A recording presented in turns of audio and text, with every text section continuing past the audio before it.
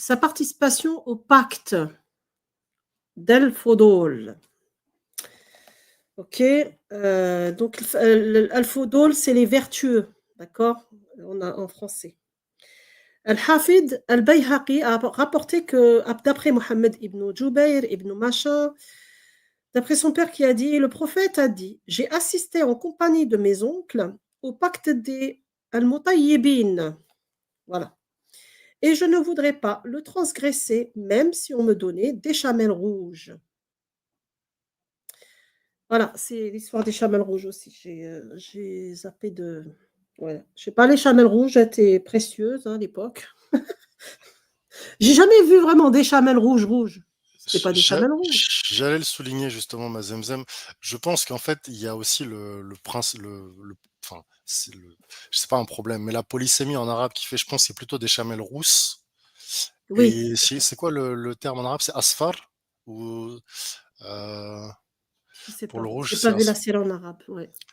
Bon, c'est pas grave. Mais alors, moi, je fais facilement un parallèle en fait avec l'histoire de ce qu'on appelle en anglais la génisse rouge, qui est liée en fait à une tradition israélite sur un des marqueurs de la fin des temps. Il y a une génisse rouge avec des caractéristiques qui devraient naître dans une région d'Israël, et en fait, c'est un des signes de la fin des temps. Bon, c'est aussi pour renforcer le caractère un peu exceptionnel en fait de ce type d'animal, parce que je pense qu'en termes, tu vois, c'est un peu comme c'est comme les roues en fait.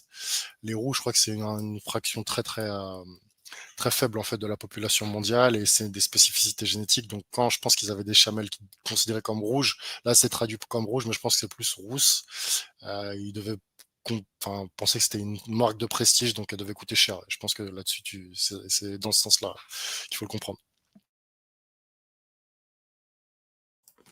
Oui, bah c'est ça. Je pense que c'est ça. Les chamelles rousses. Ouais, c'est les chamelles les plus, les plus chères, je pense, les plus précieuses.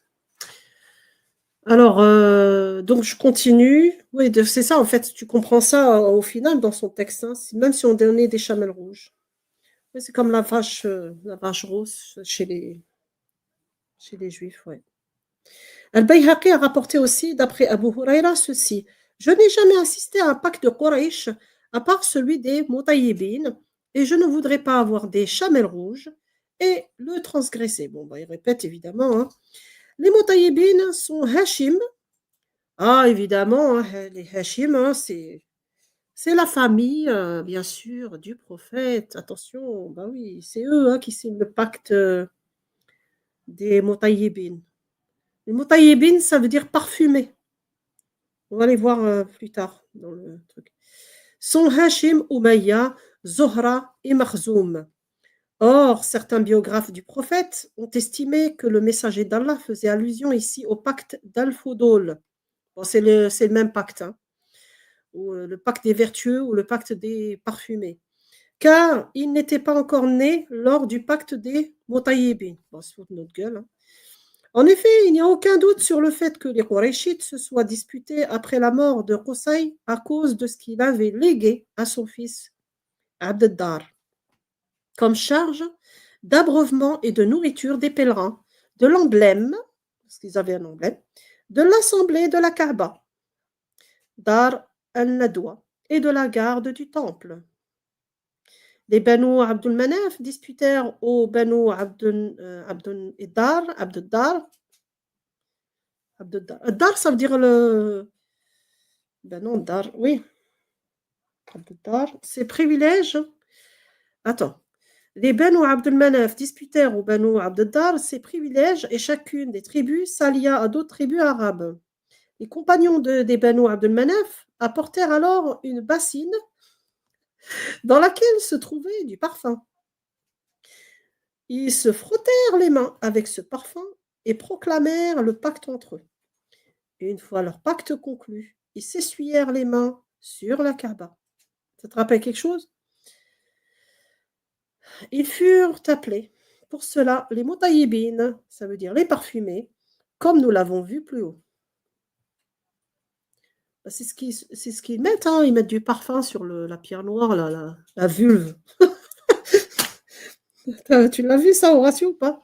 Ouais, ouais, ouais, mais justement, ils sont en train de oindre la Kaaba, enfin, du verbe oindre, hein, comme par exemple quand on dit, Oui, et les chrétiens le savent, hein, loin du Seigneur, c'est celui qui a reçu l'onction, en fait. Donc ils font la oui. même chose, en fait, avec la Kaaba, donc super. Mm. Et je crois même, je sais plus je crois que c'est les hindous aussi, ils mettent une espèce d'huile, je sais pas quoi, sur leurs cheveux. Et j'ai vu même un hadith sur ça. Il me semble que j'ai vu un hadith aussi sur le prophète qui faisait pareil hein, lors du sacrifice du mouton. Bon, c'est des traditions païennes, hein, comme nous l'avons vu plus haut. Cependant, ce qui nous intéresse ici, c'est le pacte d'Al-Fudul qui a eu lieu à la maison de Abdullah ibn Jad'an, comme l'a rapporté Al-Humaydi, d'après Sufyan ibn Uyayna, d'après Abdullah Nana, les fils d'Abu Bakr, qui ont dit, le messager d'Allah a dit, j'ai assisté dans la maison d'Abdullah ibn Jad'an à un pacte auquel j'aurais répondu, même s'il avait eu lieu en islam. Ils ont fait le pacte de donner son dû à qui de droit et de ne laisser aucun oppresseur oppresser sa victime. Oui, donc du coup, ils étaient quand même capables d'avoir une éthique, une morale avant l'arrivée d'Allah. Hein. C'est Jahiliya. Donc ils sont contradictoires dans leur récit à la con. Là.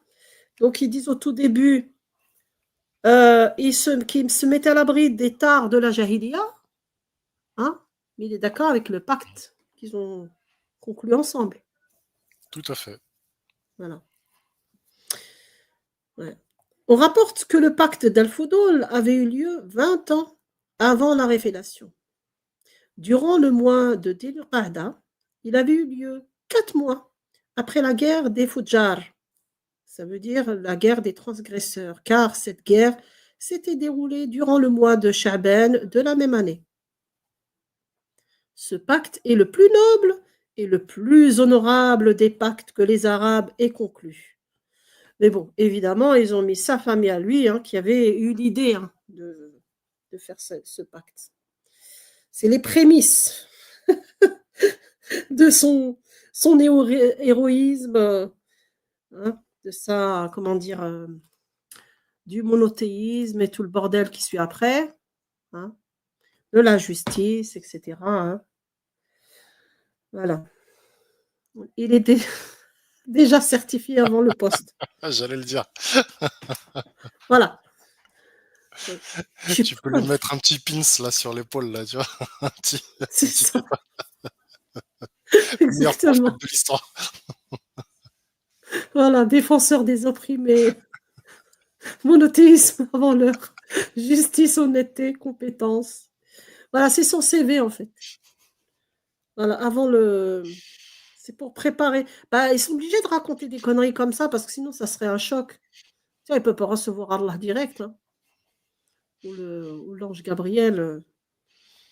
Enfin bon. À l'origine de ce pacte, la venue d'un homme de Zubayd. Attends, je suis où là alors, ce pacte est le plus noble et le plus honorable des pactes que les Arabes aient conclus. Le premier à avoir parlé de lui, à avoir appelé à lui, est Zubir ibn Abdul Muttalib. Ça vous dit quelque chose? Le premier qui a appelé à ce pacte, c'est Zubir ibn Abdul Muttalib. Ah ben, ça doit être un des oncles du prophète.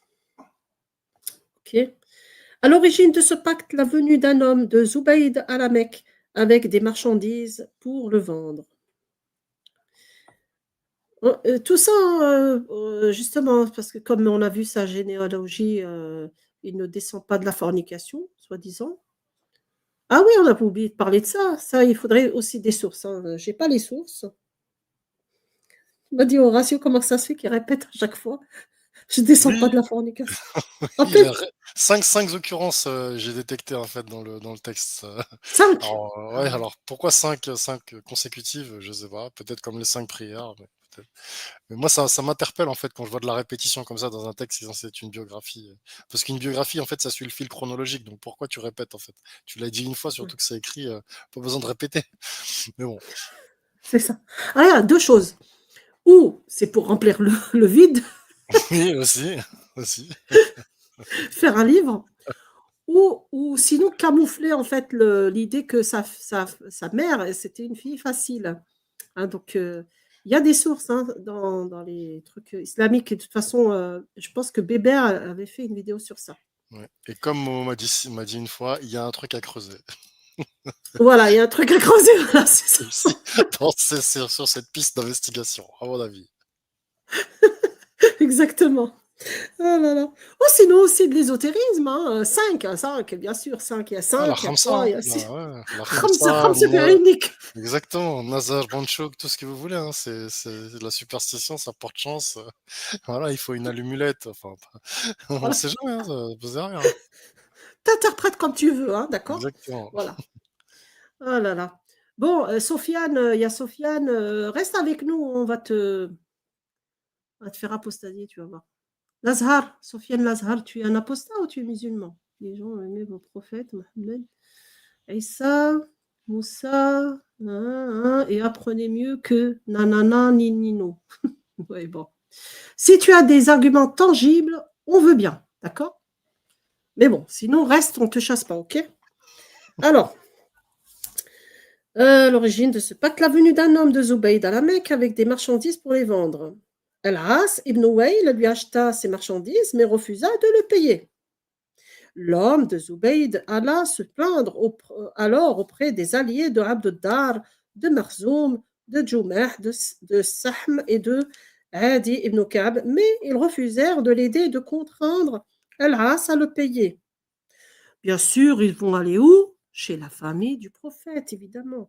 Il alla alors voir les chefs de Quraysh qui étaient réunis devant la Kaaba et se plaignit à eux de l'injustice dont il était victime. Azoubir, Ibn Abdul Muttalib, bien sûr, la famille du prophète, se leva alors et dit, cette injustice ne doit pas être acceptée.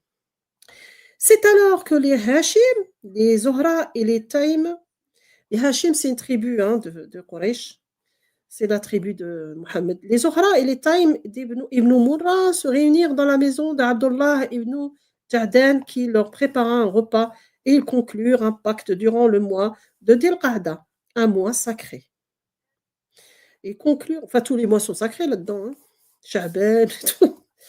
Et conclure, mais non, je crois qu'il y a les 4 mois sacrés, ça aussi, j'ai pas fait la recherche. Ah, je vais vous retrouver ça, Euh, je cherche en parallèle. Mais tu as raison, c'est 4 ouais, mois cherche. sacrés. Ouais. Mais il me semble qu'il y a eu des avis différents chez les savants et on ne sait pas trop ce que c'est en fait. C'est après les mois sacrés, il a dit. Ah, alors, il y a notre cher Naulito qui est venu. Salut Naulito. Salut Mazemzem. Hello, Salut Tu vas hello. bien? Horacio. Comment? Ouais, ouais, comment va l'équipe? Comment va l'équipe? Ouais, très bien. On continue notre récit avec le prophète. Je Enfin, ne vais on pas en vous aborde interrompre les choses. alors. Non, mais il n'y a pas, t'inquiète pas, tu ne nous interromps pas. Nous, on aborde bien sûr toujours les bonnes choses, hein, les belles choses, les choses gentilles Les belles choses. avant de choquer les gens. Il était gentil, D'accord. le prophète. Donc, toujours Oui. la sira jusqu'à arriver à un moment donné où couper les. Comment dire? Il coupait quoi? Il me faut un autre mot. Les, Los les- huevos? Voilà, en espagnol, allez traduire les gens. Les membres, les membres inférieurs, supérieurs. Voilà. Ah. Enfin bon. Donc, on était arrivé. Tu as lu un petit peu le PDF que je t'avais envoyé, enfin, les Oui, images? oui, oui, oui, oui, j'ai tout lu. J'ai pas retenu tous les hymnos, mais, Ah ouais, les Ibnou, il y en a marre. mais Hein. j'ai, mais j'ai tout lu, ouais, j'ai tout lu. Ah, super. Bon, alors, donc, J'ai du bien coup, on visé. arrive à la page 214. Oui, là où il signe le pacte, tu sais, évidemment, le pacte d'Al-Fodol, Oui, hein, des vertueux, hein, et donc il signe un pacte comme quoi il faut défendre comment dire, les opprimés, enfin bref.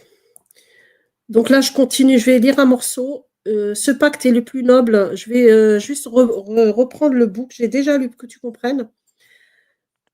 merci. Ok. Déjà, on avait commencé par l'éducation du prophète, hein. Il n'y a aucune éducation, ni intellectuelle, ni maître, ni d'école, ni formation religieuse, rien du tout. Donc, il disait que il refusait, il se mettait nu, il s'était mis nu jusqu'à Oui, que quelqu'un lui tape dans le dos, là, l'esquinte, là. oui. Il lui dit, rhabille-toi. Il dit, Et, rhabille. et Il se rhabille. ouais, Voilà. ouais, ouais, je me rappelle bien de ça. Et après, donc, il se rhabille, après, il va en boîte de nuit, bédouine. En boîte de nuit, bédouine. Alors, ils disent que c'était un mariage, qu'il voulait faire comme les jeunes hommes de son temps. Il a laissé ses moutons à un ami pour les garder toute la nuit, hein, jusqu'au lever du soleil. Donc, il a été Oui, là-bas, et puis Allah l'a endormi. Ok. ouais, ça je me rappelle bien. Miraculeusement. Juste une petite anecdote au passage, là où j'ai vécu pendant de longues années, il y avait une boîte de nuit qui s'appelait Habibi. Voilà, juste pour signaler. Sans déconner, hein. Oh là Ça là, fait. Habibi, ça veut dire mon bien-aimé. Voilà. Oui, voilà.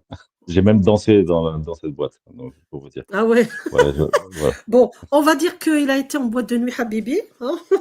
Ouais, Et soi-disant qu'il y avait un mariage, la musique, puis son copain lui dit, alors, t'as fait quelque chose? Lui, non, j'ai rien fait. Donc, à mon avis, c'était pas un mariage, c'était du nikah. Ok. Mais ils l'ont déguisé en mariage. Et après, donc voilà, et après on est arrivé au pacte des opprimés pour défendre les opprimés. Voilà, donc je continue. La bataille entre les deux tribus. Attends, non, c'est pas ça. La page 214. Ce pacte est le plus noble et le plus honorable des pactes que les Arabes avaient conclus. Et conclu. Le premier à avoir parlé de lui, à avoir appelé à lui, et à Zubir ibn Abdul Muttalib. Ibn Abdul Muttalib, ça te dit quelque chose? oui, Hein, voilà. Donc ça doit être l'oncle du prophète ici. D'accord. À l'origine de ce pacte, bien sûr, évidemment, c'est la famille du prophète qui est à l'origine de ce pacte, hein. Donc voilà, il prépare donc le prophète, tu sais, parce qu'ils ne peuvent pas ramener Allah tout de suite, dire voilà, il a eu les révélations. Donc il faut que Mohammed soit déjà pudique, vertueux, voilà, il est honnête, il aime bien la justice. Mais évidemment, cette justice, il l'acquiert dans la tribu, chez Quraysh, hein, chez la Jahiliya, dans la Jahiliya, parce qu'au tout début, on rappelle qu'on avait mis dans le premier paragraphe que le prophète devint un jeune homme protégé, préservé par Allah, qui le mettait à l'abri des tares de la Jahiliya. Alors que la Jahiliya, elle a quand même su, hein, faire un pacte, hein, pour protéger les opprimés. bah Bizarre, hein? oui, parce que théoriquement, l'islam a ramené tout ce qu'il y a de bon. Avant, tout était, enfin, il n'y avait rien Ah, à retenir de. C'est bizarre oui, ça. voilà, c'est ça. Je ne comprends pas. Donc, pourtant, là, c'est la période pré-islamique. Ils Ah ont quand ouais. même pu signer un pacte ensemble et voilà. Ils avaient quand même une morale. Enfin bon, bref. Ce pacte est le plus noble et le plus honorable des pactes que les Arabes aient conclus. Le premier à avoir parlé de lui et à avoir appelé à lui et à Zubir ibn Abdul Muttalib, bien sûr, la famille du prophète. À l'origine de ce pacte, la venue d'un homme de Zubayd à la Mecque avec des marchandises pour les vendre. Al-As ibn Wayl lui acheta des marchandises mais refusa de le payer. L'homme de Zubayd alla se plaindre alors auprès des alliés de Abd-Dar, de Makhzoum, de Jumah, etc. Mais ils refusèrent de l'aider et de contraindre Al-As à le payer. Il alla alors voir les chefs de Quraysh qui étaient réunis devant la Kaaba. et se plaignait à eux de l'injustice dont il était victime. Az-Zubir ibn Abdul Muttalib se leva alors et dit: cette injustice ne doit pas être acceptée. C'est alors que les Hashim, les Zuhra et les Taïm ibn Murra se réunirent dans la maison de Abdullah ibn Jahjan, qui leur prépare un repas et ils conclurent un pacte durant le mois de Dhul Qa'da, un mois sacré. Ils conclurent le pacte et décidèrent d'être comme une seule main avec la victime d'un abus jusqu'à ce qu'elle recouvre son droit et de s'entraider dans la vie. Les Qurayshites appelèrent ce pacte du nom d'Al-Fudul, ça veut dire les vertueux. À la fin, ils allèrent voir Al-As ibn Wa'il. Ils prirent les marchandises de l'homme de Zubayd et les restituèrent à ce dernier. Al-Qasim ibn Thabit a rapporté dans son livre Darib al-Hadith ce qui suit. Oh là là, oui, ici aussi encore un récit à la con. Un homme de Khatham arriva à la Mecque pour faire le grand ou le petit pèlerinage. Et avec lui, une de ses filles appelée Al-Qattoul, d'une très grande beauté. Nabih, bon, vous imaginez la suite. Hein. Nabih, il pense qu'au S, c'est un truc de fou. Nabih ibn al-Hajjaj lui prit sa fille et la cacha dans un endroit secret. Al-Khatami s'exclama alors: qui peut m'assister contre cet homme? On lui dit: va voir les gens du pacte d'Al-Fudul. C'est comme s'il ne pouvait pas en fait se défendre tout seul. C'est comme l'autre là. Le mec qui vend la marchandise, il ne veut pas le payer, mais c'est fou. Donc il faut aller voir les tribus, tout ça et tout le bordel, machin. Ici c'est pareil. Il alla donc devant la Kaaba et se mit à crier: à moi les gens du pacte d'Al-Fudul. Les gens accoururent à lui de tous côtés, l'épée à la main, et lui dirent: les secours arrivent à toi, qu'as-tu? Les Avengers. Les Avengers arrivent. Ouais. Oh là là. Il leur répondit: Nabih a kidnappé ma fille et me l'a prise par un abus de pouvoir. Ils partirent avec lui jusqu'à la maison de Nabih et appelèrent ce dernier. Lorsqu'il sortit vers eux, ils lui dirent: malheur à toi, ramène la fille ici. Tu sais qui nous sommes et ce que nous avons conclu comme pacte. Il leur répondit: je vais le faire, mais laissez-moi passer une nuit avec elle. Ils lui dirent: non, par Allah, tu n'auras rien. Voilà. Allah en plus avant l'islam. Hein. Donc ça veut dire que Allah, il était déjà là. Il était déjà là. Ouais, il était déjà là, en coulisses. Plus besoin de Mohammed.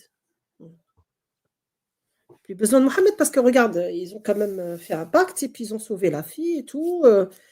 Voilà. Mais bon. On rapporte aussi que ce pacte a été appelé Al-Fudul car il ressemble beaucoup à un pacte conclu par les Jurhum concernant l'assistance de l'opprimé contre son oppresseur. Ce sont 3 personnes parmi leurs nobles qui l'ont conclu. Toujours 3. Chacun d'eux avait le nom de Fadl. Ce sont Al-Fadl ibn Fudala. Là, c'est rigolo, franchement. Al-Fadl ibn Wada'a et Al-Fadl ibn Al-Harith. Al-Fadl, ça veut dire le vertueux, en fait. C'est là l'opinion d'Ibn Qutayda. D'autres ont dit, par contre, qu'il s'agissait d'Al-Fadl ibn Shura'a, Al-Fadl ibn Bida'a et Al-Fadl ibn Quda'a. Ça rime bien. Al-Suhayli a rapporté cette version. On arrête là un petit peu. Horatio, tu as trouvé quelque chose? Moi, j'aurais dit Riri, Fifi et Loulou. Oui, c'est ça. Désolé, j'étais obligé de la faire, c'était trop facile. Ah, c'est bien. C'est pas mal. On est dans le thème. On est dans le thème, exactement. Ouais. Oh non, mais franchement, c'est abusé. Non, mais là, c'est trop. Alors, tu me posais une question, Mazemzem, par rapport à quoi? Je me rappelle plus. Ou les 3 petits cochons. Aussi, ça marche aussi. La question que tu m'avais posée, c'était quoi? Je me rappelle plus. Je ne me rappelle plus C'était non plus. les chamelles. Est-ce que c'était la room? Aidez-moi, s'il vous plaît. Non, Alors, attends, c'était autre chose. ouais, attends, j'essaye de. Parce que je pense que j'ai déjà peut-être répondu à la question. La génisse rouge, non, c'est pas ça. Ah, je me rappelle plus non plus, alors. Mais c'est Bon, pas grave, écoute, sinon. c'est pas grave si ça me Ça revient. va te revenir. Ouais, yes. Ok. Voilà, c'est pas grave, ça te reviendra. Ouais, c'est Ouais. pareil, je l'ai lu aussi. À un Donc, moment, il y a des chamelles dans le contrat, mais je sais plus combien c'est. C'est 30? C'est pas ça? Je sais plus le nombre. Et là, je peux pas l'avoir sous les yeux. Ouais. ah, Il y a les une histoire de chamelles, chamelles. Ouais. tu veux dire le mariage de Khadija? Ah oui, c'est vrai. Je confonds. Pardon. Ouais. Ouais, ouais. Ouais. Ouais, ça c'est plus tard. Salut Mahomet, catholique. Ça va, tu vas bien? Ouais. Alors,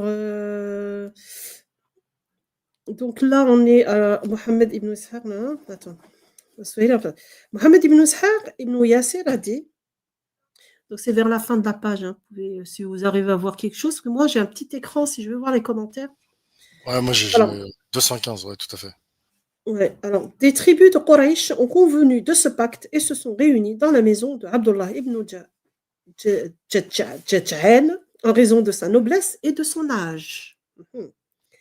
Les tribus qui ont conclu ce pacte sont les Banu Hashim, les Banu Abdul Muttalib, évidemment, hein, c'est la famille du prophète, les Banu Asad, Banu Abdul Uzza, les Zohra ibn Qilab et les Taïm ibn Murra. Elles s'allièrent entre elles et décidèrent d'assister toute victime d'injustice ou d'abus, qu'elle soit un habitant de la Mecque ou un visiteur, et de lui restituer son droit. Les Qurayshites appelèrent alors ce pacte le pacte d'Al-Fudul.